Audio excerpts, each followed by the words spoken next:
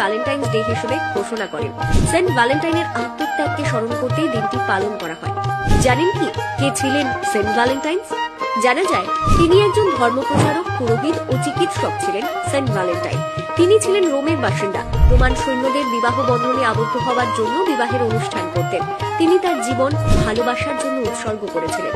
সেই কারণে দিনটি পালন করা হয়।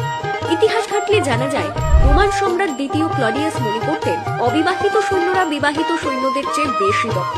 সেই কারণে তিনি একটি আইন চালু করেন, যেখানে বলা হয়েছিল সেনাবাহিনীতে যোগদান করলে বিয়ে করা যাবে না।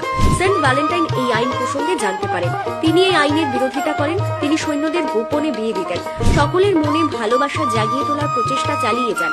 এই কাজের খবর পৌঁছয় রাজার কানে। তিনি সেন্ট ভ্যালেন্টাইনের জন্য তাকে কারাদণ্ডের নির্দেশ দেন। কারাগারে তিনি একটি অন্ধ মেয়ের চিকিৎসা করেন। সেই অন্ধ মেয়েটিকে তিনি ভালোবেসে ফেলেন। এই খবর রাজার কানে পৌঁছলে তিনি সেন্ট ভ্যালেন্টাইনকে মৃত্যুদণ্ড দেন। মৃত্যুর আগে তার প্রেমিকার উদ্দেশ্যে তিনি একটি চিঠি লেখেন। এই ঘটনার পর থেকে দিনটি ভালোবাসার দিন হিসেবে পালিত হয়। এই দিনটি প্রিয়জনকে উৎসর্গ করা হয়। প্রতি বছর এক সপ্তাহ ধরে চলে প্রেমের